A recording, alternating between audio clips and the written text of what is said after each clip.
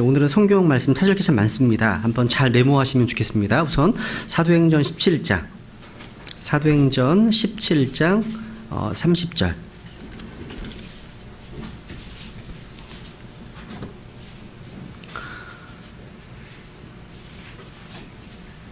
사도행전 17장 30절 31절 제가 읽겠습니다. 하나님께서 이같이 무지하던 때를 눈감아 주셨으나 이제는 모든 곳에서 모든 사람에게 회개하라고 명령하시나니 이는 그분께서 한 날을 정하사 그날에 자신이 정하신 그 사람을 통하여 세상을 의로 심판하실 터이기 때문이라. 그분께서 그 사람을 죽은 자들로부터 살리심으로써 모든 사람들에게 그 일에 대한 확신을 주셨느니라 하니라. 아멘. 여기 30절에 보시면 하나님께서 무지하던 때를 눈감아 주셨으나 이제는 모든 곳에서 모든 사람에게 회개하라고 명령하셨습니다. 그러니까 이 회개라는 주제가 구원받은 성도들에게만 해당되는 그런 사항이 아니라 구원받지 않은 모든 사람들, 파푸아뉴기니아 이 모든 사람들에게 명령하신 주제라는 사실입니다. 하나 더 볼게요. 사도행전 20장 21절. 성경을 직접 찾으시면서 좀 메모하시면 좋겠습니다. 이제 같이 메모도 하시고 사도행전 20장 21절. 사도 바울이 이렇게 증언했습니다. 사도행전 20장 21절. 유대인들과 또한 그리스인들에게 하나님을 향한 회개와 우리 주 예수 그리스도를 향한 믿음을 증언하였노라. 하나님을 향한 회개 그리고 우리 주 예수 그리스도를 향한 믿음, 이게 바울의 주제였다는 거죠. 선포의 주제였습니다. 회개와 믿음은 분리할 수 없습니다. 회개한 사람은 예수님 믿은 사람입니다. 예수 믿은 사람이라면 회개한 사람이라는 거죠. 이 구원의 교리와 연관돼서 좋은 교재들이 많이 있습니다. 그러니까 그런 책들을 좀 참고하시면 될 것 같고요. 이 킹제임스 성경 신학원에서는 이런 좀 요즘 이슈가 되는 회개를 비롯해서 주권론적 구원에 대한 주제, 또 두 본성의 교리, 또 율법과 은혜 같은 이슈가 될 만한 주제들을 한번 중심으로 한번 구원 강의를 또 마치려고 합니다. 오늘날 이제 많은 기독교인들이 이 회개에 대해서 오해를 합니다. 많은 분들이요, 회개하자고 하면 무엇을 잘못했고 또 무엇을 잘못했으니까 용서해 주시옵소서 이렇게 비는 거 생각합니다. 물론 그것도 회개 속에 나타난 어떤 회개의 하나의 표현이라고 생각합니다. 근데 그 무엇을 잘못했고 심지어 용서해달라고 하지만 진정으로 회개하지 않는 사람들이 참 많이 있습니다. 또 진정으로 회개하지 않는 사람들, 마치 이제 구원에 이르는 회개라고 하죠. 구원에 이르는 회개를 하지 않는 사람들이 교회에서 반복해서 자기의 죄악된 삶에 대해서 눈물을 흘리면서 주님께 용서를 구하는 경우도 비일비재하게 보게 됩니다. 이와는 또 정반대로요, 한번 그리스도께 회개를 했으면 더 이상 회개할 필요가 없어 라고 가르치는 분들도 있습니다. 그러니까 이미 예수님의 피로 죄사함을 받았는데 다시 죄 때문에 하나님께 용서를 구하는 행위는 십자가의 보혈을 믿지 않는 것이다 라고 아주 용감하게 이야기하는 분들이 계시다는 거죠. 우리는요, 극단으로 치우쳐서는 안 됩니다. 기록된 성경 말씀이 이 회개의 주제에 대해서 뭘 말씀하시는지를 다 조사한다면 이러한 오해들은, 이러한 극단적인 교리들은 다 해결될 것입니다. 여러분, 성경은요, 꼭 기억하십시오. 두 가지가 있어요.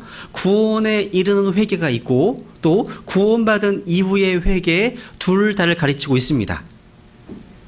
물론 성령으로 거듭난 성도들이 하는 회개는 처음에 죄로부터 돌이켜서 하나님께로 향한 회개, 즉 생명에 이르는 회개와는 다릅니다. 좀 이따 보겠습니다. 그러니까 이것을 다른 말로 단회적인 회개다. 일생의 평생 딱 한 번 하는 회개. 이 단회적인 회개를 하지 않았다면 그 사람에게 영생이 없어요. 구원은 받았는데 구원도 안 받은 거잖아요. 그죠? 그러니까 구원도 받지 않은 상태에서 날마다 새벽 기도하고 철야 기도하고 40일 특세하면서 주여 주여 하면서 저 용서를 구하는 분들이 많이 있다는 거죠. 그러나 그건 하나님과 아무런 상관없는 종교행위입니다. 또 하나, 만일 구원받은 그리스도인의 삶에 있어서 자기의 잘못된 삶에 대해서, 그릇된 어떤 행위들에 대해서 회개가 혹시 없다면 그 인생에는 거룩함이나 보상은 기대할 수 없습니다. 똑같죠, 그죠? 이게 균형이 필요하다는 거죠. 그 정리해 보면요, 신약 성경 을 펴보면 이 회개에 대해서 두 가지 용례가 다 나와요. 이 회개는 주님의 명령입니다. 그러니까 한 가지만 극단으로 치우서는 안 됩니다. 그러니까 편협하게 치우치면 안 된다는 거죠. 그래서 여러분, 신약 성경에서 제일 첫 번째 설교 주제, 또 모든 사람에게 주어진 명령이 바로 회개였습니다. 침례자 요한도 회개하라, 예수님도 회개하라. 여러분, 명령은요, 순종을 필요로 하는 것입니다. 그죠? 구원받지 못한 분들은 구원을 얻기 위해서 회개가 필요합니다. 지금 회개를 명령하셨잖아요. 여러분, 누가복음 13장 3절에 보면 회개하지 않으면 다 멸망합니다. 그죠? 회개하지 않으면 다 멸망한다고 되어 있죠. 그래서 회개는 옵션이 아닙니다. 회개는 하나님의 명령입니다. 명령이에요. 그래서 그 미국의 어떤 고속도로에 가면요, 그 사인이 딱 펼쳐져 있어요. 아마 이게 침례교회에서 세운 어떤 표지판 같은데, 우리나라는 경부 고속도로에 보면 고려온단 Jesus loves you, 이거 보셨잖아요. 그죠? 운전하다가 보이죠? 보신 적 있으시죠? 그죠? 근데 그 어떤 미국의 도로에 가보니까 거기는 리펜턴스, 회개는 옵션이 아닙니다, 하나님의 명령입니다라는 글을 딱 붙이면서 지옥불에서 고통받고 있는 그렇게 빨간색으로 막 보이는 거야. 도로에서 운전하다 그거 보면 다를 버리라. 그죠? 우리는 예수님 당신 사랑하십니다 인데 네. 하여간 회개하지 않으면 멸망합니다. 우선 정리를 해볼게요. 그러니까 성경에서는 구원받지 않은 사람들이 이제 생명에 이르는 회개가 있고, 또 구원받은 성도들의 회개도 있고요. 조금 더 구분하면 이 회개 또 있어요. 집합적으로 교회 회개가 또 나와요. 교회, 지옥교회 회개가 있습니다. 그리고 또 한 가지, 하나님께서도 회개하십니다. 그러니까 번역은 회개라고 하면 안 되겠지만 하나님도 똑같은 회개라는 단어, 리펜턴스란 말 씁니다. 리펜트. 하나님도 후회하십니다. 하나님도 슬퍼하십니다. 이게 나와요. 성경에 나와요. 그래서 다 구분할 수 있지만 오늘 저는 크게 두 부분으로만 나누겠습니다. 그래서 이 하나님의 그 후회에 대한 주제는 좀 마지막에 정리하겠습니다. 우선 사도행전 11장을 보죠. 한번. 이제 구원에 이르는 회개입니다. 이게 일생에 딱 한 번만 하는 회개입니다. 단회적인 회개라고도 합니다. 사도행전 11장.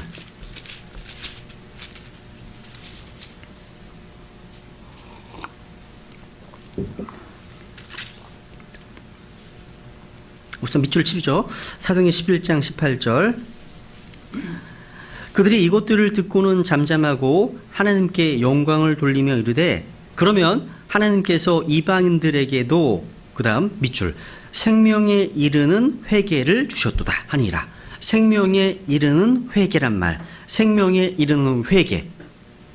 이 사도행전 11장의 상황은요, 베드로가 예루살렘에 있는 형제들에게 이 고넬료의 집안에서 일어났던 사건에 대해서 다시 이제 리허설하는 내용을 보게 됩니다. 여기 사도행전 11장 14절 보세요. 14절. 14절에 보시면, 그가 베드로죠, 내게, 고넬료 집안입니다, 내게 말씀들을 전하리니 그 말씀들로 너와 내 온 집이 구원을 받으리라 하였음을 알리니라. 그러니까 그가 내게 말씀들을 전하리니, 그러니까 고넬료는 베드로를 청했습니다. 베드로는 주님께 순종해서 고넬료에게로 가서 거기에 모인 모든 어떤 사람들에게 말씀을 선포했습니다. 근데 사도행전 10장 앞에를 넘겨보세요. 10장 44절. 10장 44절 이제 복음을 선포합니다. 쭉 44절, 베드로가 아직 이 말들을 할 때에 성령님께서 말씀을 들은 모든 사람 위에 임하시니. 그러니까 성령님께서 죄를 깨닫게 하십니다. 이것은 구원에 있어서 반드시 필요한 시간이죠. 그죠? 필요합니다. 근데 그 성령님의 사역은 하나님의 말씀을 선포할 때 이루어집니다. 근데 생명에 이르는 회개, 생명에 이르는 회개. 그러니까 베드로는 지금 예루살렘의 형제들에게 무슨 일이 있었는지를 설명하고 있는데 유대인들이 깜짝 놀랐습니다. 왜? 하나님께서 이방인들에게도 구원을 주셨다는 사실이기 때문이에요. 그래서 사도행전 10장 45절에 보면 할례자들에게 속한 자들로서 믿은 자들 곧 베드로와 함께 온 자들이 이방인들 위에도 성령님을 선물로 부어주시는 것으로 인해 다 놀라니. 놀랐습니다. 성령님을 선물로 받았다는 것은요, 하나님께서 그들이 비록 이방인들이었지만 그들에게 구원의 선물을 주셨다는 사실을 지금 말씀하고 있는 거예요. 여러분은 고넬료가 기도하고 있을 때 천사가 와서 복음을 전해주지 않았습니다. 그죠? 복음을 전해주지 않았고 예수님을 선포하기 위해서 하나님께서 사용하시는 구령자를, 복음 선포자가 어디 있는지를 말씀해 주었다는 거죠. 그죠? 기도 응답이 천사가 전한 게 아니라. 근데 이 고넬료 집안 모든 가족들이 다 성령님을 선물로 받았습니다. 다른 말로 구원받았다는 얘기죠. 그죠? 근데 이 성령님을 선물로 받으려면 한 가지 조건이 있어요. 여기 43절에 보면 10장 43절, 그분에 대하여 모든 대언자들도 증언하되 누구든지 그분을 믿는 자는 그분의 이름으로 말미암아 죄들의 사면을 받으리라 하느니라. 누구든지 그분을 뭐 하는 자요? 믿는 자. 그러니까 사도들이 그 말을 들었을 때요, 그러면 하나님께서 이방인들에게도 생명이 이르는 회개를 주셨다라고 고백했죠. 그러니까 사도들은요, 하나님께서 그들에게 회개를 주셔야만 믿을 것이라는 사실을 알았다는 거죠. 그러니까 사도들은요, 이 진리, 두 가지 진리, 회개와 믿음이 두 가지 진리를 함께 묶어서, 그러니까 서로 분리할 수 없음을 알았다는 사실이죠. 같이 나와요. 회개와 믿음은 같이 나온다는 거죠. 하나님께서 회개를 주십니다. 그러니까 회개는 육신의 행위가 아닙니다. 하나님께서는요, 성령님의 깨닫게 하시는 사역과 복음 선포를 통해서 회개를 주십니다. 회개는요, 성령님께서 죄를 깨닫게 하시는 결과이지 어떤 사람의 행위가 아닙니다. 그래서 사도행전 16장에 보면요, 하나 더 볼게요. 사도행전 16장 14절에 보면 이제 루디아의 회심이 좋은 예가 됩니다. 사도행전 16장 14절. 두아디라시 출신의 자주세 옥감 장수로서 하나님께 경배하던 루디아라는 어떤 여자가 우리의 말을 들으매 주께서 그녀의 마음을 여심으로 그녀가 바울이 말하는 것들에 주의를 기울이니라. 그녀와 그녀의 집안 사람들이 침례를 받고 우리에게 간청하여 이르되 만일 당신들이 나를 주께 신실한 자로 판단하였거든 내 집에 들어와 거기 머무소서 하고 우리를 강권하더라. 되어 있죠. 여기 보면 이 루디아의 마음을 주께서 열어주셨습니다. 하나님께서는요, 믿지 않는 자들의 마음을 여실 수 있는 열쇠들을 공급하십니다. 그리고 그들로 하여금 의지적으로 예수 그리스도께로 돌이킬 수 있게 하십니다. 그리고 믿음으로 구원의 은혜를 경험하게 하십니다. 그러니까 회개는 성령 하나님께서 구원받지 못한 혼들에게 주시는 것입니다. 그래서 구원받게 하십니다. 성경은요, 로마서 12장 3절에 보면 하나님께서 각 사람에게 믿음의 분량을 주셨다고 말씀하고 있습니다. 또 히브리서 12장 2절에 보면 하나님은 또한 믿음의 창시자여 완성자이신 예수님을 바라보라고 말씀하고 있습니다. 하나님께서 바로 우리 믿음의 창시자이고 완성자이십니다. 하나님께서요. 그러니까 성령님께서 우리에게 믿음을 주시는 분이십니다. 비록 그분께서요, 내게 주신 그 믿음을 사용해서 그리스도의 완성하신 십자가의 사역을 신뢰하지만 말입니다. 무슨 이해 가세요? 그죠? 하나님께서 우리 주신 믿음을 사용해서 예수 그리스도의 십자가에 완성하신 사역을 믿어야 한다는 거죠. 믿음을 믿는 거예요, 이게요. 이 시간 또 계속 공부할 거예요. 그러니까 하나님께서 우리에게 회개를 주시고 또 믿음을 주신다는 거죠. 둘 다 필요합니다. 둘 다요. 그러니까 이것은 가위의 양날처럼 함께 일을 한다는 거죠. 그러니까 하나님께서 나에게 주신 믿음과 회개를 사용하면서 그리스도를 신뢰하고 구원을 받는다는 겁니다. 그러니까 지금 회개가 두 가지가 있는데 첫 번째가 뭐예요? 우리가 거듭나기 위해서 일생에 단 한 번 하는 회개. 그죠? 회개가 있다는 거죠. 이것은 다시 반복될 수 없는 회개입니다. 사도행전 5장 31절도 보세요, 한번.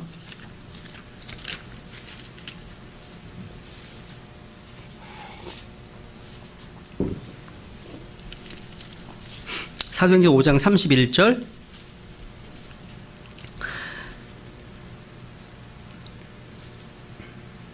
이스라엘에게 회개와 죄들의 용서를 주시려고 하나님께서 자신의 오른손으로 그분을 높이사 통치자와 구원자가 되게 하셨느니라. 그러니까 이스라엘에게 회개와 죄들의 용서를 주시려고, 회개를 누가 주시는 거예요? 하나님께 주십니다. 하나님께서요. 어떻게 해요? 성령님께서 저를 깨닫게 하시고 또 복음 선포를 통해서 깨닫게 하시고 그러면서 회개를 주시는 겁니다. 이게 바로 단 한 번의 회개입니다. 단회적인 회개라는 거죠. 근데 이제 이렇게 단회적인 회개를 통해 구원받은 성도는요, 이제 주님과의 사귐, 주님과의 친교, 또 보상을 잃지 않기 위해서 또 회개가 필요합니다. 이것은 바로 구원 이후의 회개입니다. 그러니까 반복적인 회개라는 거죠. 이것은 바로 구원의 회개를 경험한 사람이 하나님 아버지와의 교제 회복을 위해서 자녀로서, 하나님의 아들로서 필요한 반복적인 어떤 자백, 반복적인 돌아섬의 행위를 말하는 거예요. 그러니까 이것은요, 구원에 이르는 회개를 경험하지 못한 사람은요, 이러한 반복적인 생활 회개를 아무리 자주 한다고 하더라도 그 사람은 아무 의미가 없는 거예요. 이거는요, 구원도 받지 않은 상황이기 때문에. 그래서 요한일서 1장을 보세요. 요한일서 1장.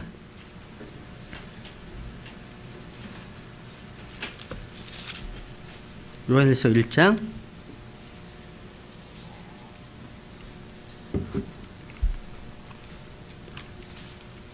5절. 요한일서 1장 5절. 그런즉 우리가 그분에게서 듣고 너희에게 밝히 드러내는 소식이 이것이니 곧 하나님은 빛이시요 그분 안에는 전혀 어둠이 없다는 것이라. 만일 우리가 그분과 교제한다고 말하며 어둠 가운데 걸으면 우리가 거짓말하고 진리를 행하지 아니하니이다. 그러나 그분께서 빛 가운데 계신 것 같이 만일 우리가 빛 가운데 걸으면 우리가 서로 교제하고 또 그분의 아들 예수 그리스도의 피가, 예수의 피가 아니라 예수 그리스도의 피가 되어야 됩니다. 신적인 징후가 들어가야 됩니다. 예수 그리스도의 피가 모든 죄에서 우리를 깨끗하게 하느니라.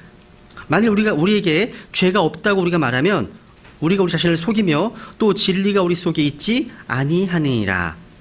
9절 같이 읽죠. 시작. 만일 우리가 우리의 죄들을 자백하면 그분께서는 신실하시고 의로우사 우리의 죄들을 용서하시며 모든 불의에서 우리를 깨끗하게 하시느니라. 여기서 얘기하는 자백, 죄 용서 누가 하는 거죠? 구원받은 성도들이 하는 거예요. 여기서는요, 문맥이요. 하나님과의 교제가 주제이기 때문에, 그죠? 구원받은 성도들이 죄들을 자백할 때 그 죄를 용서해 주신다는 거죠. 이 용서는 바로 아들로서 용서예요. 아들로서 용서. 그죠? 이게 바로 반복적으로 필요하다는 거죠. 반복적으로. 그러니까 하나님과 나와의 관계는 끊어지지 않습니다. 아버지 아들 관계 끊어지지 않아요. 근데 아버지 아들로서의 교제는 아주 작은 죄에도 끊어질 수 있습니다. 이 교제는, 사귐은요. 그래서 이럴 때마다 우리 항상 하나님께 나와서 자백하고 회개하고 자기의 죄를 버려야 되겠죠. 계시록 2장도 가볼게요. 요한계시록 2장. 이건 지역교회로서의 회개인데요. 계시록 2장.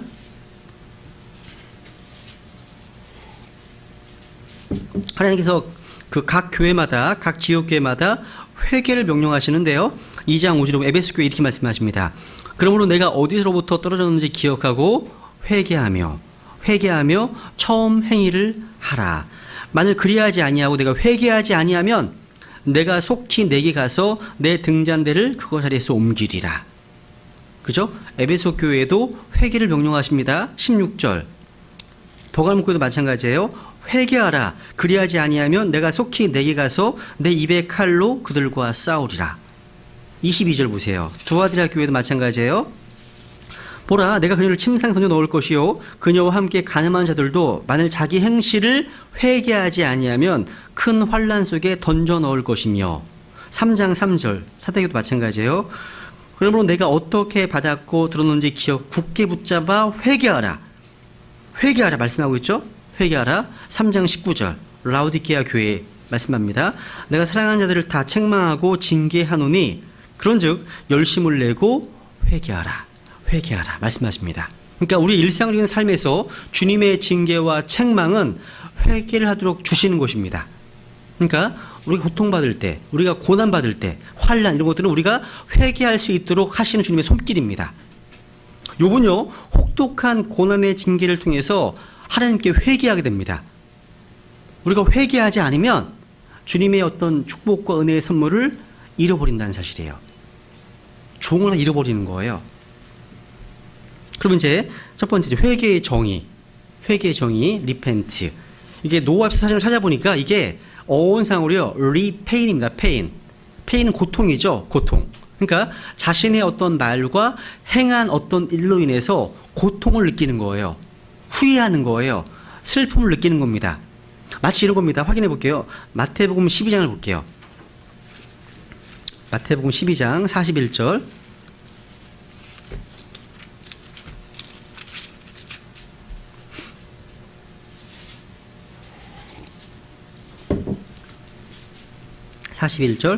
심판때에 니느웨 사람들이 이 세대와 함께 일어나 이 세대를 정죄하리니 이는 그들이 요나의 선포로 인해 회개하였기 때문이거니와 보라 요나보다 더 큰 이가 여기 있느니라. 여기 보시면 요나의 말씀 선포로 말미암아 회개했죠. 니느웨 백성들이요. 이 회개한 내용이 요나서 3장에 나오는데 잠깐 확인해 볼게요. 요나서 3장을 보세요.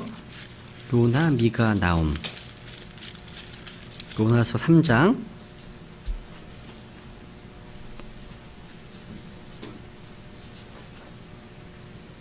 5절. 요나서 3장 5절. 이에 니느웨 백성이 하나님을 믿고 금식을 선포하며 그들 중에 가장 큰 자로부터 가장 작은 자 이르기까지 굵은 베옷을 입었고 말이 니느웨 왕에게 이르매 그가 자기 왕자에서 일어나 자기 몸에서 옷을 벗어 내려놓고는 굵은 베옷으로 몸을 덮고 재 속에 앉았더라. 또 그가 왕과 왕의 고관들의 칙령으로 니느웨 전역에 선포하고 널리 알리게 하며 이르되 사람이나 짐승이나 가축들이나 양떼나 어떤 것도 맛보지 말지니라. 그들이 먹지도 말고 물을 마시지도 말며 사람과 짐승이 굵은 베옷을 입고 힘써 하나님께 부르짖으며 참으로 그들이 각각 자기의 악한 길과 자기 손의 폭력에서 떠날지니라. 이게 회개의 모습이에요. 이게 회개의 모습입니다. 이 내용을 언급하신 거야, 주님께서요. 그러니까 회개 수에는 자기가 행했던 악한 어떤 행위에 대해서 슬퍼하고 굵은 베옷을 입고 하나님께 부르짖는 것, 이게 다 회개의 모습 중에 하나라는 거예요. 그리고 회개는요, 생각을 바꾸는 겁니다. 이따 보겠습니다. 또 이게 하나님께 이 단어가 사용되면 하나님의 어떤 계획과 어떤 하나님의 섭리적인 다루심이 바뀌는 거예요. 이것도 이따 볼게요. 그래서 이 성경적 정의로 봤을 때 회개는요, 이 회개와 연관된 책들이 무척 많이 있어요. 그러니까 우리 믿음의 선배들이 이 주제와 관련해서 쓴 책들이 무척 많더라고요. 우리는 회개와 회개의 열매들을 구분해야 됩니다. 우리는요, 회개가 어떤 행위라고 가르치지 않습니다. 하지만 회개했다면 회개에 합당한 열매를 맺게 됩니다. 중요해요, 이게요. 우리가 킹제임스 성경에서 이 단어를 조사해보면 금방 의미를 파악할 수가 있어요. 우선 창세기 6장을 가볼게요. 이 단어가 제일 처음 나오는 곳이 바로 창세기 6장에 나옵니다. 하나님께 향해서 썼습니다. 창세기 6장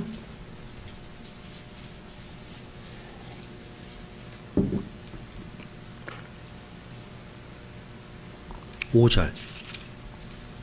창세기 6장 5절. 하나님께서 사람의 사악함이 땅에서 크고 또 그의 마음에서 생각하여 상상하는 모든 것이 항상 악할 뿐임을 보시고 주께서 땅 위에 사람을 만드신 것으로 인해 슬퍼하시며, 밑줄, 슬퍼하시며가 바로 회개했다는 단어입니다. repented. 슬퍼하시며 또 그것으로 인해 마음에 근심하시고 주께서 이르시되 내가 창조한 사람을 지면에서 멸하되 사람과 짐승과 기는 것과 공중의 날짐승까지 다 그리하리니 이는 내가 그들을 만든 것으로 인해 슬퍼하기 때문이라. 슬퍼하기, 리펜 똑같습니다. 밑줄, 슬퍼하기 때문이라 하시니라. 그러니까 우리 주님은요, 아무 감정이 없는 기계 같은 존재가 아니십니다. 우리 사람들의 상태와 조건에 따라서 슬퍼하실 수 있는 분이십니다. 우리 인간의 어떤 죄가 넘침으로 말미암아 하나님께서는요, 리펜트, 생각을 바꾸셨습니다. 그리고 이 세상을 심판하시기로 결정하셨습니다. 그러니까 하나님께서 리펜트 하셨다는 부분을요, 다 찾아보면 한마디로 생각을 바꾸신 거예요. 그러니까 회개의 뜻은 생각을 바꾸는 거예요. 일찍의 뜻 자체가요. 생각을 바꾼다는 겁니다. 그러니까 생각을 바꾸시면 하나님께서 원래 하려고 하신 그 일들을 하지 않으시는 거예요. 여러분, 하나님은 죄인이 아니시죠? 죄가 없는 분이시잖아요. 그렇기 때문에 하나님께서는 죄에 대해서 회개하지는 않으시죠, 당연히. 그죠? 근데 그럼에도 불구하고 회개는 생각의 근본적인 변화를 가리키는 단어예요. 쓸 수 있는 단어라는, 하나님께 쓸 수 있는 단어라는 거죠. 한번 출애굽기 13년 볼게요. 이제 사람의 영혼에 쓰인 또 단어입니다. 첫 번째 단어인데 출애굽기 13년 17절.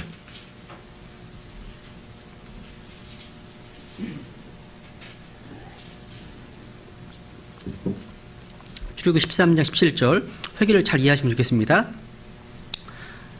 파라오가 백성을 가게 하였을 때 블레셋 사람들의 땅에 있는 길은 가까울지라도 하나님께서 그들을 그 길로 인도하지 아니하셨으니 이는 하나님께서 말씀하시기를 혹시 이 백성이 전쟁을 보면 뜻을 돌이키고 리펜트 밑줄 뜻을 돌이키고가 회개입니다. 뜻을 돌이키고 이집트로 되돌아갈까 염려하노라 하셨기 때문이라. 여기에서 사람에게 처음으로 이 단어가 쓰였습니다. 회개라는 단어가 쓰인 거예요. 뜻을 돌이키고, 그러니까 생각을 바꾸다, 마음을 바꾸다, 뜻을 바꾸다 라는 의미로 쓰였다는 거죠. 그래서 성경을 쭉 조사해 보면요, 이 리펜트라는 단어 자체가 항상 같이 나오는 단어가 뭐냐? 자주 쓰인 단어가 있어요. 항상 return, 턴입니다. 뒤돌아가다, 돌이키다라는 단어입니다. 출애굽기를 찾았으니까 한번 보시죠. 32장. 출애굽기 32장 12절. 이제 모세의 중보기도에 쓰이는 단어, 중보기도 가운데서 이렇게 고백합니다. 출애굽기 32장 12절. 이제 금송아지 사건 이후에 하나님께서 다 멸하려고 하시잖아요. 모세가 중보기도로 말립니다. 이렇게 얘기합니다. 12절. 어찌 이집트 사람들이 말하여 이르기를 그가 재앙을 내리려고 그들을 데리고 나와 산에서 그들을 죽이고 지면에서 끊어 소멸시켰다 하게 하려 하시나이까. 주의 맹렬한 진노에서 돌아서시고 주의 백성을 향한 이 재앙에서 뜻을 돌이키소서. 보시면 돌아서시고 밑줄, 뜻을 돌이키소서 밑줄. 돌아서신다는 말은 턴입니다. 턴, from입니다. 주의 맹렬한 진노에서부터 돌아서시고, 그 다음에 이 재앙의 뜻을 돌이키셔서 리펜트입니다. 뜻을 돌이키셔서 밑줄. 그러니까 리펜트, 뜻을 돌이킨다는 단어에 뭐가 같이 나와요? 돌아섰다는 말씀 나오죠. 턴 from이 나온다는 거죠. 뭐뭐으로부터 돌아서는 게 나온다는 거죠. 항상.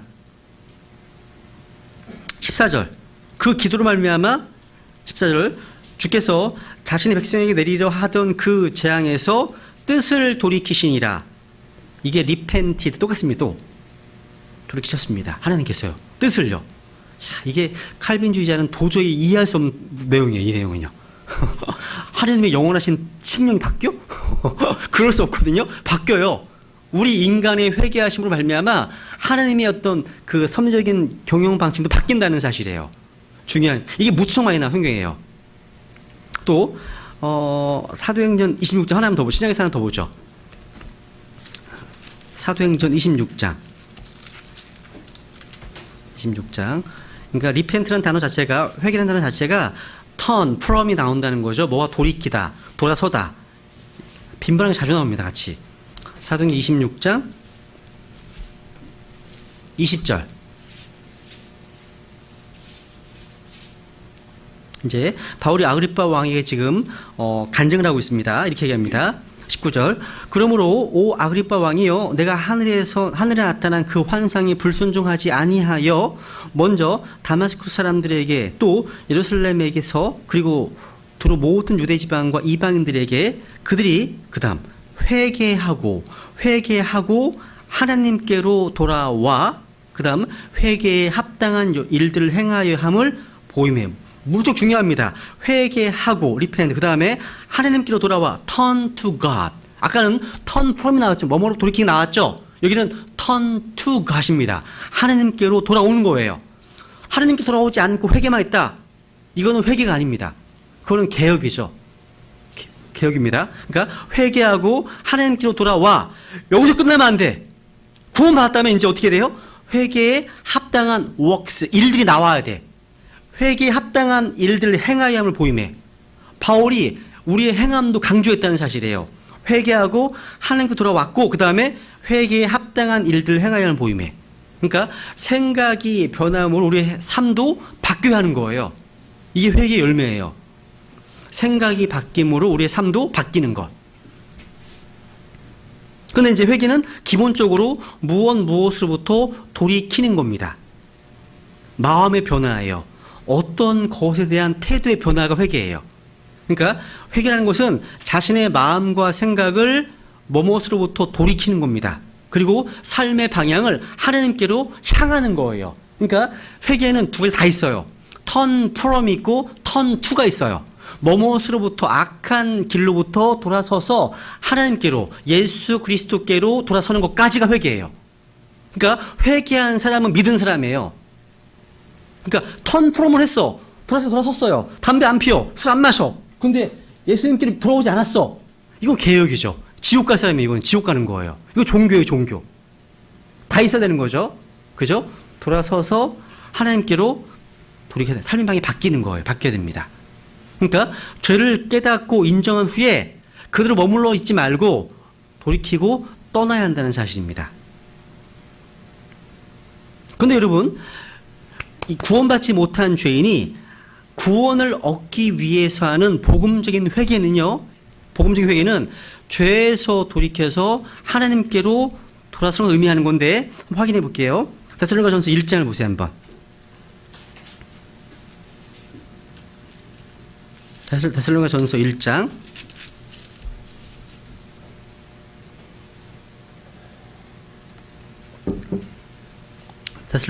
1장 9절.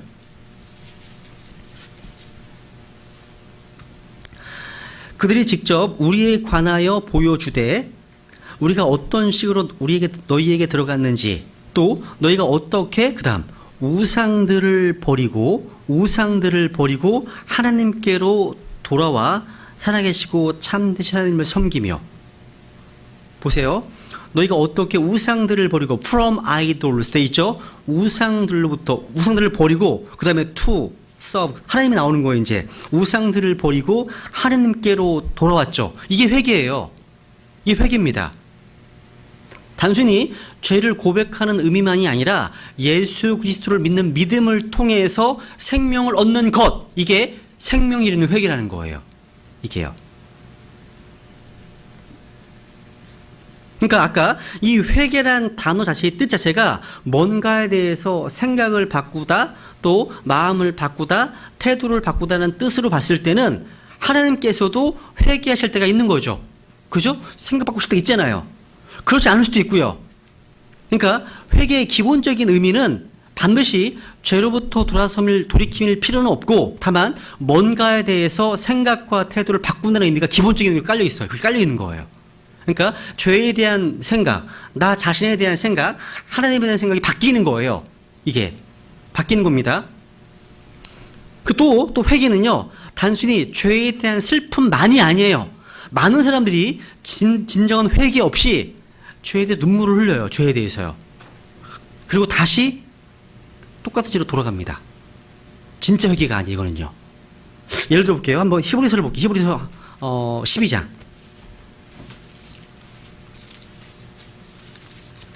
거짓 회개가 성경에 많이 나와요. 히브리서 12장.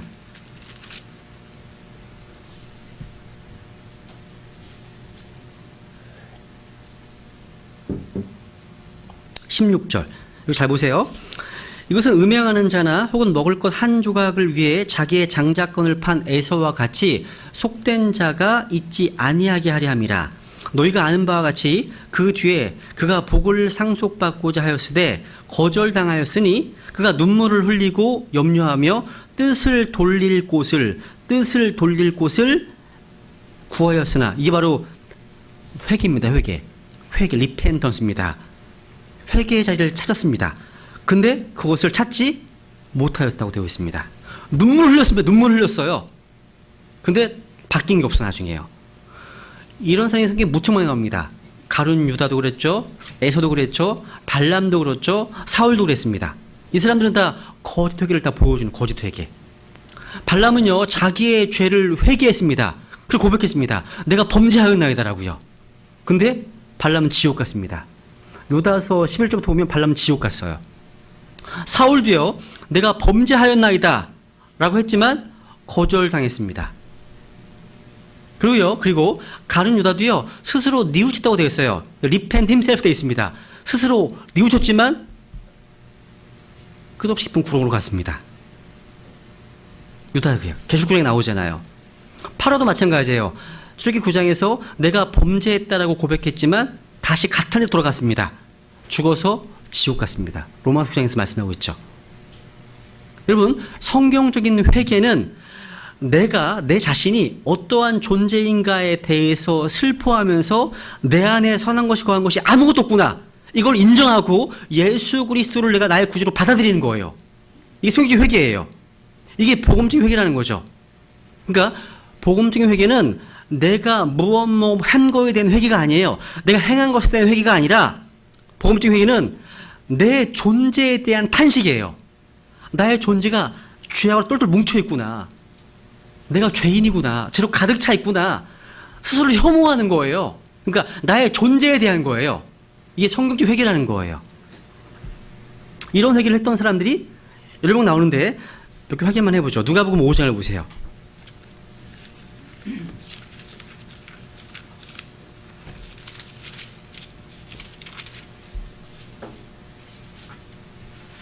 누가복음 5장 8절.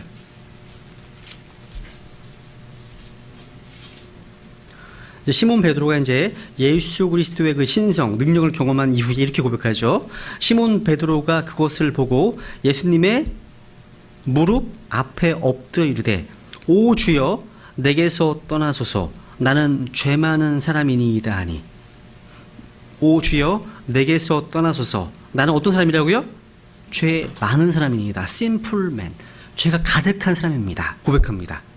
내 존재 자체가. 욥기도 볼게요. 욥기 42장 볼게요. 욥기 42장 5절. 욥의 고백, 동방의 의인이라는 욥의 고백입니다. 욥기 42장 5절.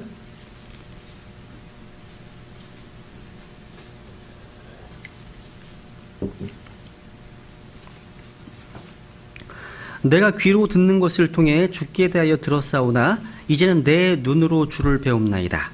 그러므로 내가 내 자신을 몹시 싫어하고 티끌과 재 속에서 회개하나이다. 이게 진짜 복음적 회개입니다.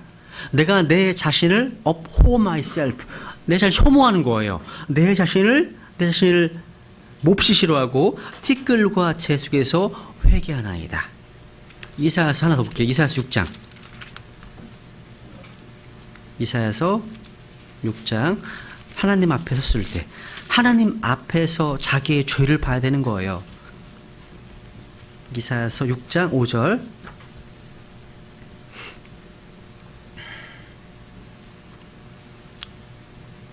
일절에 보면 우시아 왕이 죽던 해에 또한 내가 보니 주께서 높이 들린 왕자에 앉으셨는데 그분의 옷자락은 성전에 가득하고, 쭉 얘기하시면서 이제 5절, 그때 내가 이르기를 내게 화가 있도다, 내게 화가 있도다, 내가 망하게 되었도다. 나는 입술이 부정한 사람이요 또 입술이 부정한 백성의 한 가운데 거하거니와 내 눈이 왕 곧 만군의 주를 보았도다 하매. 이게 진짜 복음적 회개입니다. 내게 화가 있다고요. 내가 망하게 되었다고요. 다른 사람 말고 화로다. 내게 화가 있도다. 내게 화가 있다는 거예요. 내게. 그래서 회개에는 두 종류가 있어요. 두 종류가 있어요. 하나는 이 세상의 근심으로요, 이건 사망에 이르게 됩니다. 고린도후서 7장에 보면요, 확인해 보죠. 확인해 볼게요. 다 고린도후서 7장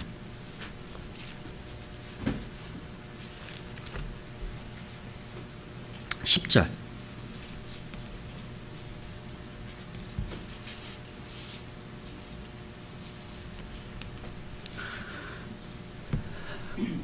고린도후서 7장 10절. 하나님의 뜻대로 하는 근심은 회개를 이루어 다시 돌이킬 수 없는 구원에 이르게 하거니와. 그러니까 이 하나님의 뜻대로 하는 근심이 나오죠. 조금 바로 다시 돌이킬 수 없는 구원에 이릅니다. 이건 한 번 하는 회개예요. 근데 세상의 근심은 사망을 이룬다. 이 세상 지금 뭐예요? 아까 얘기했던 것처럼 모세가 아니라 뭐 발람이나 유다나 에서가 했던 회개랑 비슷한 거예요. 세상 근심. 그러니까 구원을 위한 회개는요, 그것이 하나님의 슬픔이기 때문에 후회가 없습니다. 돌이킬 게 없습니다. 그러니까 우리가 행한 것들에 대해서 후회 고백했을 때 그것은 세상의 슬픔으로 결국 사망에 이르게 됩니다. 그러니까 성경적인 회개는 내가 어떠한 존재인가에 대해 슬퍼하고 스스로 선하지 않음을 인정하고 예수 그리스도를 믿는 겁니다. 믿는 거예요. 그래서 회개에 대한 표식은 죄들에 대한 고백이 아니라 죄에서 떠나 예수 그리스도께 믿음으로 돌아서서 믿음으로 성령의 약속을 받아들이는 거예요. 이게 회개예요. 참된 회개라는 거예요. 그럼 두 번째로 이제 회개의 필요성. 쉽죠? 모든 사람들은 하나님 앞에서 다 죄인이기 때문에 회개할 필요가 있습니다. 회개를 필요로 하지 않는 의인은 없죠. 그죠? 마태복음 4장에 보면 9장만 보죠. 마태복음 9장에 보세요, 한번. 침례 요한도 또 예수님도 첫 번째 했던 설교는 바로 회개에 관련된 메시지였다는 거예요. 9장 또 12절 보시죠. 마태복음 9장 12절. 예수님께서 그것을 들으시고 그들에게 이르시되 온전한 자들에게는 의사가 필요 없으나 병든 자들에게는 필요하니라. 오직 너희는 가서 내가 긍휼을 원하고 희생물을 원치 아니하노라 하신 말씀 무슨 뜻인지 배우라. 나는 의로운 자들을 부르러 오지 아니하고 죄인들을 불러 회개하게 하려고 왔노라 하시니라. 죄인들을 불러 회개하게 하려고 오신 예수님, 오신 목적이에요. 그리고 아까 찾아봤던 하나님 회개를 명령하셨죠. 그죠? 명령하셨습니다. 어디에 있는 모든 사람에다 회개를 명령하셨습니다. 사도행전 17장에 나오는 대상들은요, 그 당시에 무지한 우상 숭배자들이었습니다. 이들이 진리를 듣게 되었고요, 그 진리로 돌이킬 필요가 있었다는 거죠. 그죠? 그래서 모든 사람에다 회개할 필요가 있다는 거.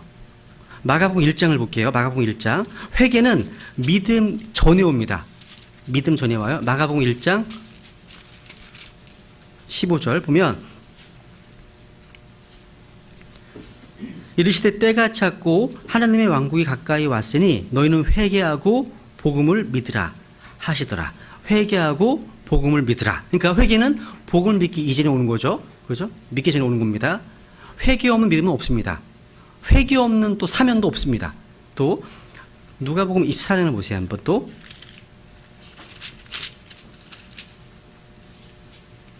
누가복음 24장 47절.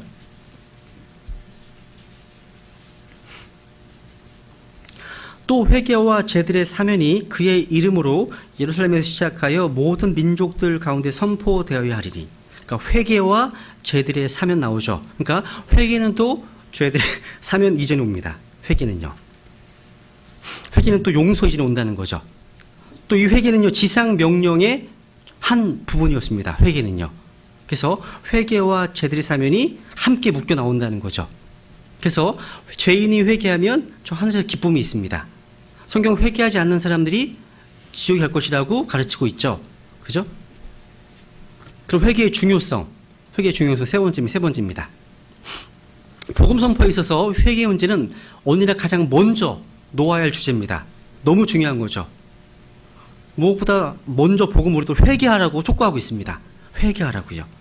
로마서 2장 4절에 보면 로마서 2장 4절을 확인해 볼게요.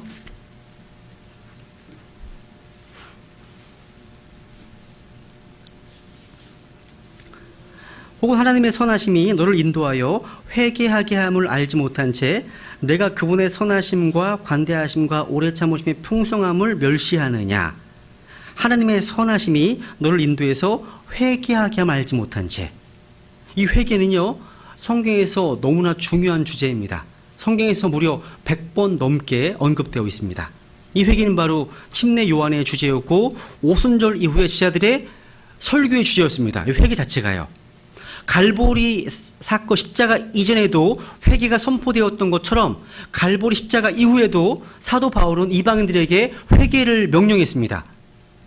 회개는 구원받은 사람들이 해야 하는 것이 아니라 어디에는 누구든지 간에 다 모든 사람들이 다 회개해야 한다고 기록하고 있습니다. 이 회개는 바로 또 사도 바울의 메시지였다는 거죠. 그래서 하나님의 부담이 있어요. 바로 모든 사람들이 회개해야 하는 것, 부담이 있습니다. 회개. 그래서 이 말씀 순종하지 않으면 영원한 심판을 초래하게 된다는 거죠. 네 번째, 이제 회개의 본질입니다. 회개의 본질. 이 부분 좀 주목해 보시면 좋겠습니다. 회개의 본질. 우리 로마서 10장에 보면요, 마음으로 믿어야 구원받죠, 그죠? 마음으로 믿는 부분에도 세 가지가 있습니다.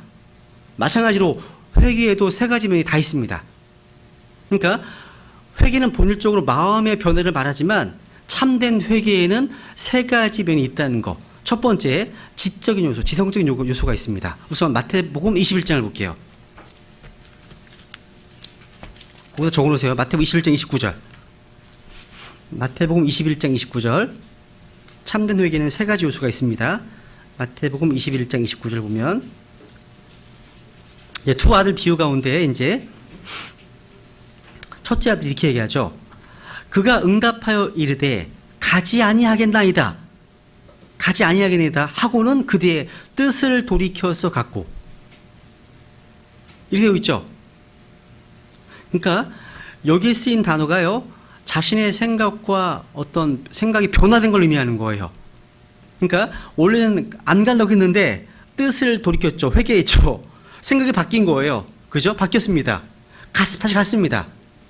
이 변화는요, 바리새인과 세리의 기도에 또 탕자의 어떤 그 내용이 잘 나와 있습니다. 뜻을 돌이켰습니다. 그러니까 오순절날 베드로가요, 유대인들에게 회개를 요청했을 때 그것은 예수 그리스도에 대한 생각과 관점 바꾸라는 것이었습니다. 근데 이 베드로의 설교를 듣고 유대인들은 생각을 바꾸어서 예수 그리스도 자신의 메시아로 받아들였습니다. 3,000명이나.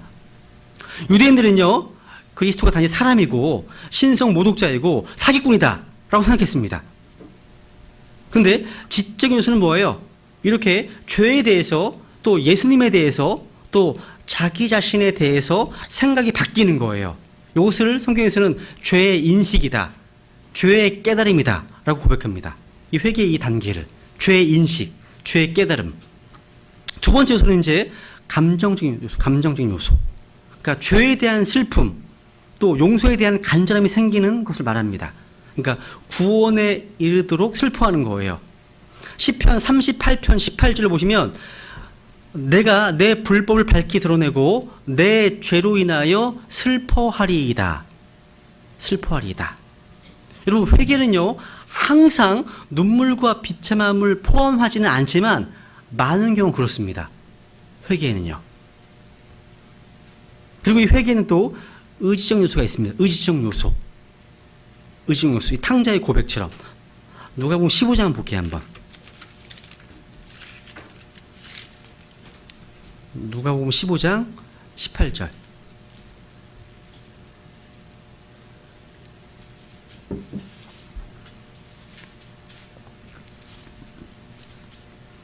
누가복음 15장 18절. 내가 일어나 내 아버지께 가서 그분께 이르기를, 아버지, 내가 하늘을 대적하여 죄를 짓고 아버지 앞에 죄를 지었사오니 더 이상 아버지의 아들이라 불릴 자격이 없나이다. 나를 아버지의 품꾼 중 하나로 삼아 주소서 하리라 하고 일어나서 자기 아버지께로 가니라. 그러니까 자기의 모습을 깨달았죠. 인식했습니다. 가만히 있었던 것이 아니에요. 내가 일어났습니다. I will arise라 했죠. 일어났습니다. 그리고 실제 10절에 일어나서 갔습니다. 의지적 요소가 있다는 거죠. 그러니까 탕자는요, 자신의 죄악된 삶에 대해서 생각하고 슬퍼했을 뿐만 아니라 자신의 걸음을 돌이켰어요. 그리고 실제로 움직였다는 거죠. 의지적인 결단. 그러니까 회개라는 게 뭐예요? 죄에 대한 상한 마음뿐만 아니라 죄로부터 돌아서는 겁니다. 이게 회개는 이중적인 거예요. 하나는 죄에서 돌아서는 것이고 다른 하나는 하나님께로 돌아가는 것입니다. 그래서 하나님께로 돌아가는 것 없이 죄로부터 돌아서는 것은 단순한 개혁이고요, 구원에서 아무 소용이 없습니다. 그것은 중생이 아니에요. 그러니까 하나님께로 돌아서는 것 없이 죄로부터만 돌아선다면 그것은 결국 떨어질 도끼 앞에 멈춰선 것이다, 이렇게 누가 얘기했습니다. 회개는 하나님께로 돌아서지 않으면 아무 소용이 없다는 거예요. 이것이 개혁과 구원의 차이예요. 개혁과 구원의 차이. 베드로 후서 2장을 볼게요. 한번 차이를 볼게요. 베드로 후서 2장에 보면 이제 개와 돼지가 나오죠, 이게요. 그죠? 베드로 후서 2장 20절.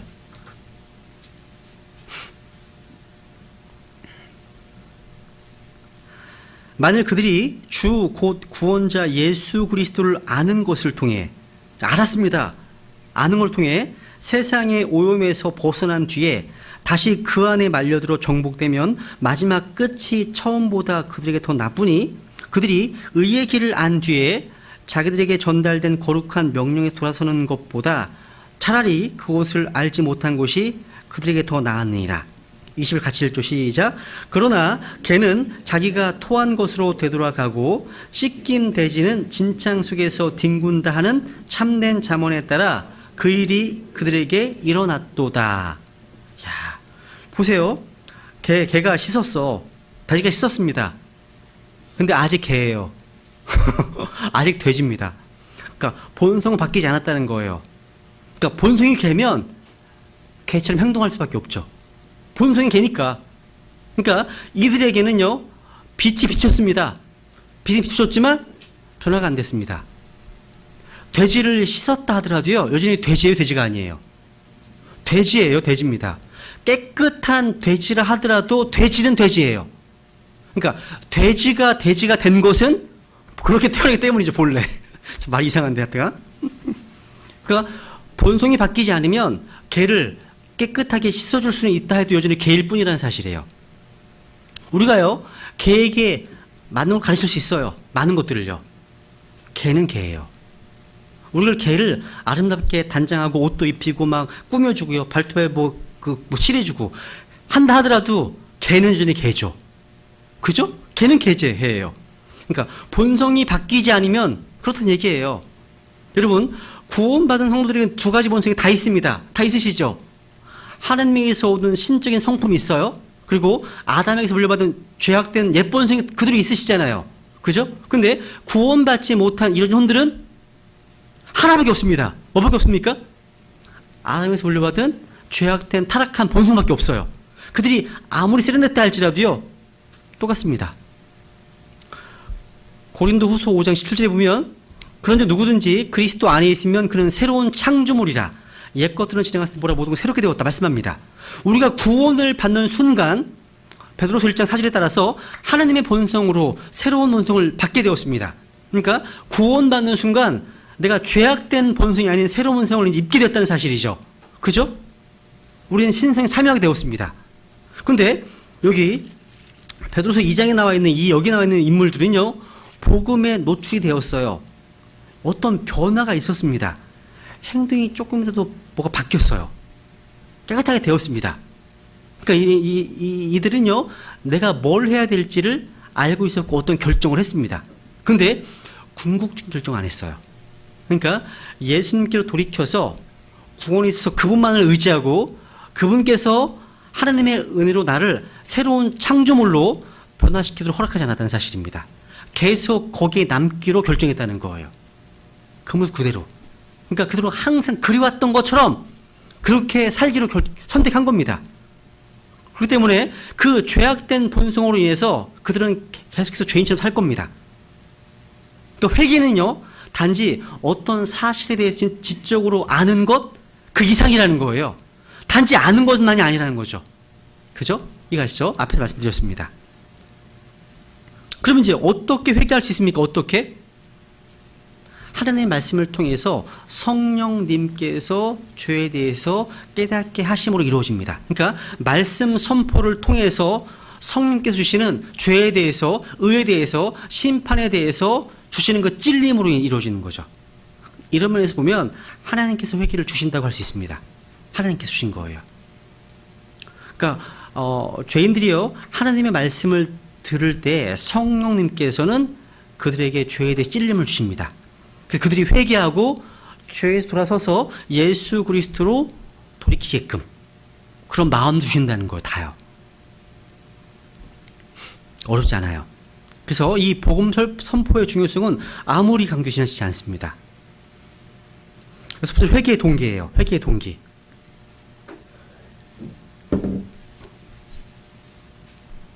죄의 결과 때문에요. 죄의 결과. 죄의 작성 사망입니다.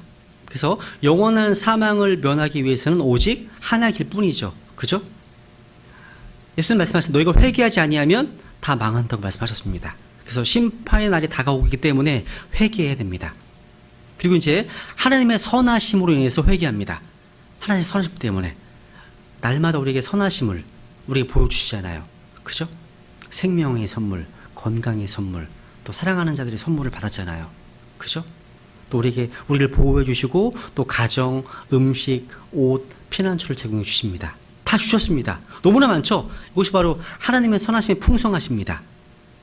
근데 그 선하심은요, 그분의 관대하심과 오래 참으심으로 나타납니다.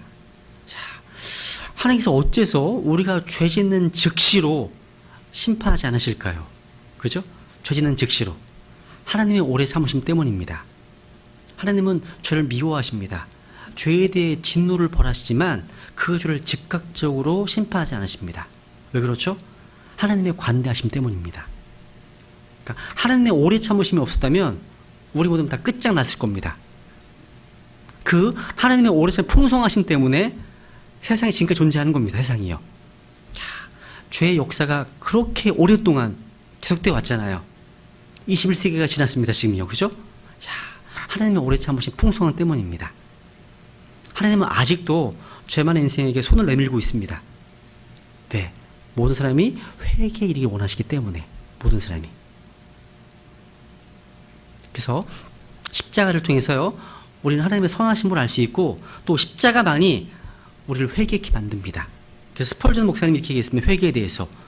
나의 죄가 예수 그리스도를 십자가에 매달리겠다는 것을 알고 마음이 부서지는 것이 참된 회개입니다. 이렇게 얘기를 했습니다. 맞습니다. 그렇습니다. 참된 회개는 바로 마음이 부서진 적이 있으셔야 됩니다. 한 번이라도. 일곱 번째 회개의 결과예요. 회개의 결과 구원받습니다. 어렵지 않습니다. 또 하늘에서 기뻐합니다. 이것만 확인해 보죠. 누가복음 15장 앞에 누가복음 15장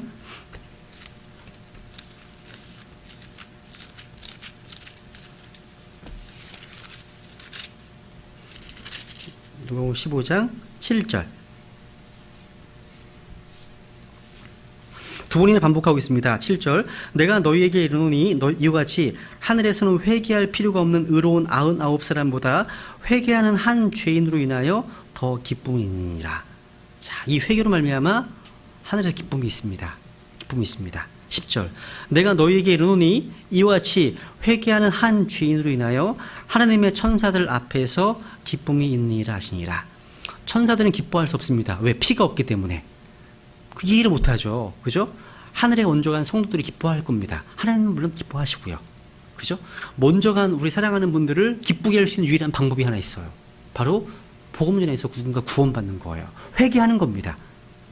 우리가 교회를 아름답게 꾸미고 뭐 비싼 걸 막 사고 이래서 한데 기쁨이 있는 게 아니라요. 한 혼이 구원받으면 저 위에서 기쁨이 있다는 거예요. 이 회개의 결과예요. 또 회개하게 되면 죄에 대한 용서가 있습니다. 용서입니다. 그래서 이사야서 59장 7절에 말씀하고 있죠. 그죠?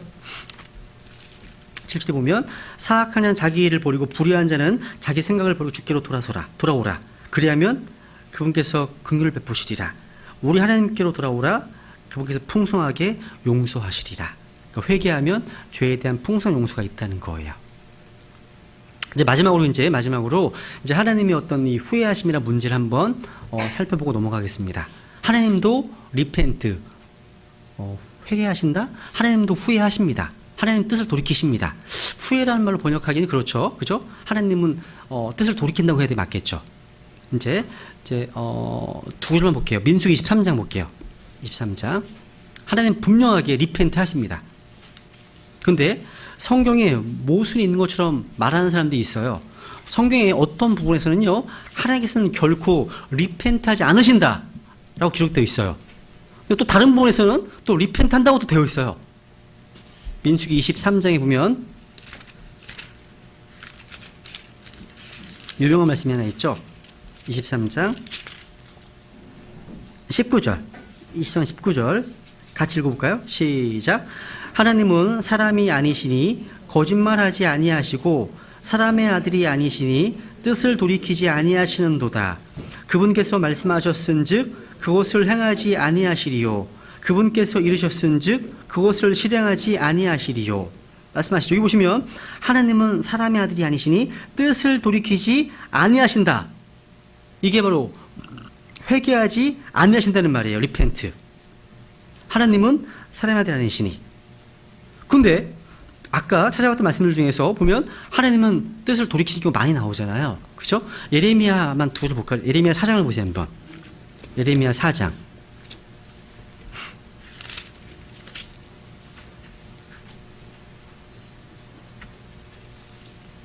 28절. 예레미야 4장 28절.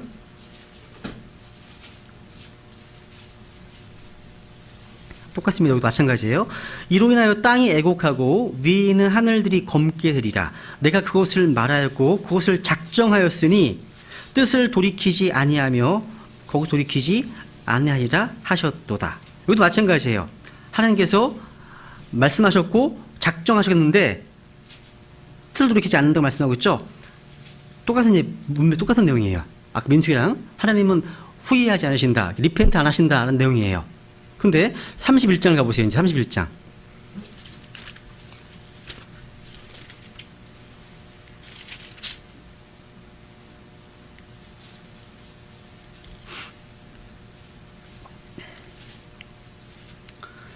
(31장) 18절. 이러면 31장 18절. 에브라함이 스스로 이같이 탄식함을 내가 분명히 들었나니 이르기를 주께서 나를 징계하심에 내가 멍에 익숙하지 않은 수수같이 징계를 받았나이다. 주는 주 나의 하나님이시오니 나를 돌이키소서. 그리하면 내가 돌아서리이다. 내가 돌이킨 뒤에 확실히 회개하였고 내가 교훈을 받은 뒤에 내 넓적다리를 쳤나이다. 내가 어린 시절에 치욕을 짊어졌으므로 부끄럽고 참으로 당황하기까지 하였나이다 하였도다. 내가 돌이킨 뒤에 확실히 회개하였다고 되어 있죠. 그죠? 호세아서도 가볼게요. 호세아 11장. 호세아 11장.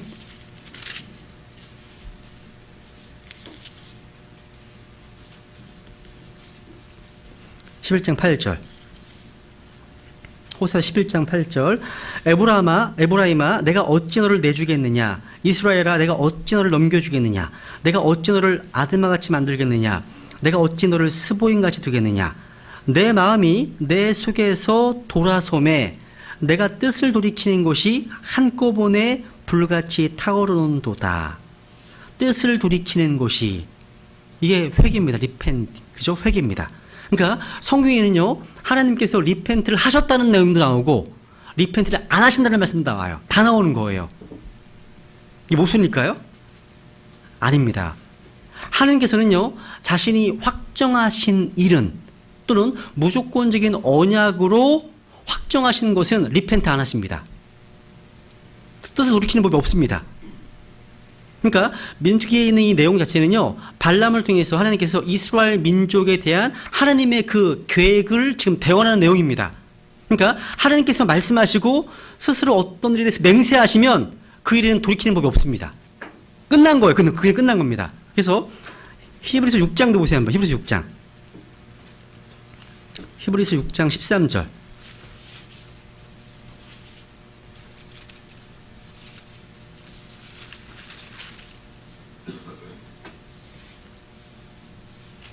(6장 13절) 하나님께서 아브라함에게 약속하셨을 때 더 큰 일을 두고 맹세할 수 없으므로 자신을 두고 맹세하여 6장 13절 맞나요? 맹세했죠. 그죠? 맹세하고 7장 21절도 볼게요. 6장 13절하고 17절도 포함 17절도 마찬가지 17절도요. 맹세를 확정하신 내용이 나오죠. 맹세를 확정하셨습니다. 7장 이제 21절 보세요. 그 제사장들은 맹세 없이 되었으나 이분은 자기에게 말씀하신 분을 힘입어 맹세로 되셨느니라. 곧 주께서 맹세하셨고 또 뜻을 돌이키지 아니하시리라. 이르시기를 너는 멜기스덱의 계통에 따른 영원한 제사장이라 하셨도다. 주께서 맹세하신 것은 뜻을 돌이키지 않으십니다. 확정된 거 끝난 거예요. 이거는요. 이런 거는 하나님께서 리펜트하지 않으십니다. 그 일은 반드시 이루어질 거라는 사실이에요. 그래서 성경은 요나서 3장 10절 보세요. 한번 다 찾아보죠. 한번 요나서 3장 10절 두 줄을 볼게요. 요나서 3장 10절, 예레미야 18장. 요나서 3장 10절.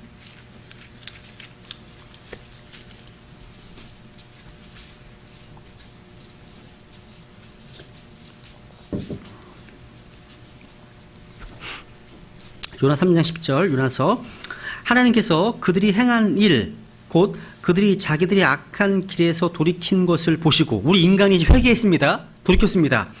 재앙 즉 친히 그들에게 행하리라고 말씀하신 그 재앙에서 하나님께서 뜻을 돌이키사 그것을 행하지 아니하시니라. 오, 이제 리펜트 하셨네요. 아까 안 하신다고 말씀하셨는데, 그죠? 구루도 마찬가지예요. 예레미야 18장도 볼게요. 그러니까 죄인들이 하나님께 회개하면 하나님은 죄인들에게 리펜트 하십니다. 돌이키신다는 거죠. 또 우리는 예레미야가요, 이스라엘 백성에게 선포할 때 주님께서 이스라엘 백성을 예레미야를 통해서 말씀하신 내용을 한번 확인해 볼게요. 예레미야 18장 8절. 칼빈주의를 믿는 분들이 좀 힘들어하는 구절이 이런 구절들 힘들어해요. 예레미야 18장 8절. 만일 내가 멸하리라고 선포한 그 민족이 자기들의 악에서 돌이키면 내가 그들에게 행하려고 생각했던 그 죄악에 대하여 뜻을 돌이키겠고, 그러니까 우리가 돌이키면 하나님 뜻 돌이킨다고 말씀하시는 거죠. 또 9절. 또 내가 어떤 민족과 어떤 왕국에 관하여 그것을 세우고 심으리라고 말할 때 만일 그 민족이 내 눈앞에서 악을 행하여 내 목소리에 순종하지 아니하면 내가 그들의 유익을 위해 허락하려고 말한 그 복에 대하여 뜻을 돌이키리라 말씀하고 있습니다. 그러니까 하나님께서 죄악으로부터 뜻을 돌이키는 것은 누구에게 달려있는 거? 누구에게? 우리 인간에게 달려있다는 것입니다. 이것을 다른 말로 해서 조건적 후회하심? 이렇게 표현할 수 있을까? 조건적 후회하심? 그러니까 신명기 28장이나 레위기 16장에 보시면 우리 인간이 순종하면, 불순종하면 하나님께서 어떻게 하시겠다 예언해 놓으셨죠? 그죠? 그러니까 하나님의 말씀에 대한 인간의 반응에 따라서 하나님은 그 뜻을, 생각을 바꾸신다는 사실입니다. 이런 것들. 그러니까 하나님께서 맹세로 확증해 놓으신 것들은 안 바뀌는데 그렇지 않은 것들은 유동적이라는 거예요. 두 개가 다 나온다는 거예요. 그죠? 그래서 우리가 진리의 말씀을 바르게 나누면 이러한 난제들도 쉽게 해결될 수 있다는 겁니다.